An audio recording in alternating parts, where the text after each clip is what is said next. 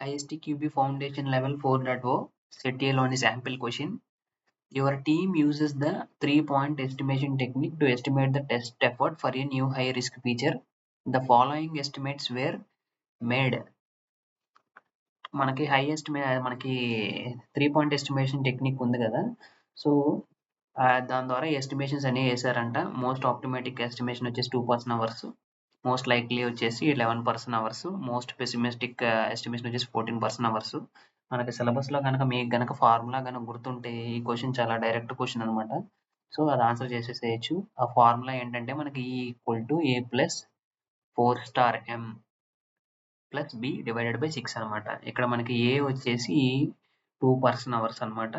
So అది 2 ఇక్కడ చేసాము. అలాగే M వచ్చేసి వాల్యూ 11, అలాగే B వాల్యూ వచ్చేసి 14 అనమాట.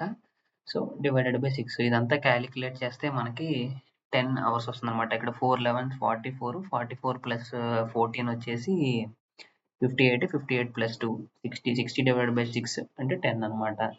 సో మనకి కరెక్ట్ ఆన్సర్ వచ్చేసి option D 10% hours.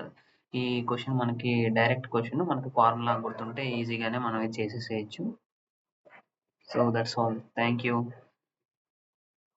With this question మనకి సెట్ ఏలోని క్వశ్చన్స్ అన్ని, శాంపుల్ క్వశ్చన్స్ అన్ని మనం కవర్ చేసాం.